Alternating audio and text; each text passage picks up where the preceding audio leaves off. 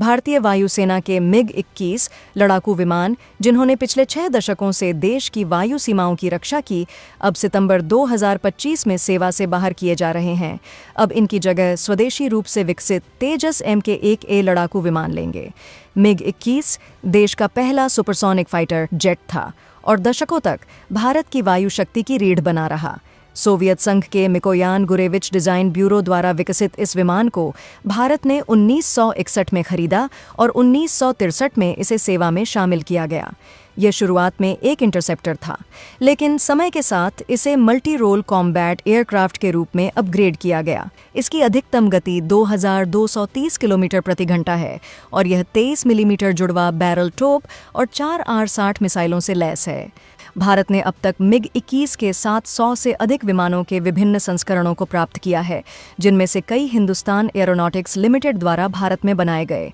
इसके प्रमुख वेरिएंट में टाइप 77, टाइप 96, BIS और सबसे आधुनिक बाइसन को सेवा में शामिल किया।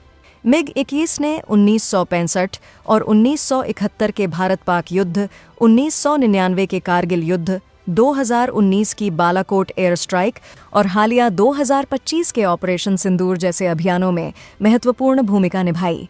2019 में ग्रुप कैप्टन अभिनंदन वर्धमान ने इसी विमान से पाकिस्तानी F-16 को मार गिराया था, जिससे इसकी लड़ाकू क्षमता एक बार फिर साबित हुई। हालांकि MiG-21 की यह गौरवशाली सेवा एक त्रासदीपूर्ण विरासत के साथ भी जुड़ी रही। 1963 से अब तक लगभग 482 MiG-21 विमान दुर्घटनाग्रस्त हुए हैं, जिनमें 170 से अधिक पायलटों और 40 आम नागरिकों की जान गई है। दुर्घटनाओं के पीछे तकनीकी खामियां, मेंटेनेंस की समस्याएं, पक्षी टकराव और डिजाइन की सीमाएं प्रमुख कारण रहे। इसे फ्लाइंग कॉफिन और विधवा बनाने वाला विमान जैसे नाम भी दिए गए। हालांकि इसे केवल 20 से 25 वर्षों के लिए डिजाइन किया गया था, लेकिन स्क्वाड्रनों की कमी और नए विमानों की धीमी आपूर्ति के कारण MiG-21 को 60 वर्षों तक सेवा में बनाए रखा गया। वर्तमान में इसके केवल 2 स्क्वाड्रन राजस्थान के नाल एयरबेस से संचालित हो रहे हैं।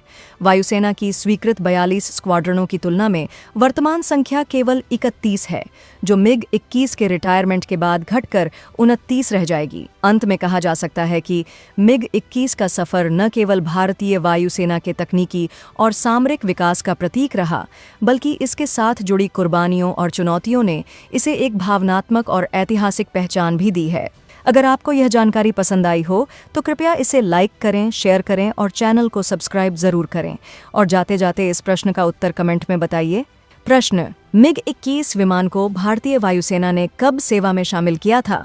A 1955, B 1963, C 1971, D 1980,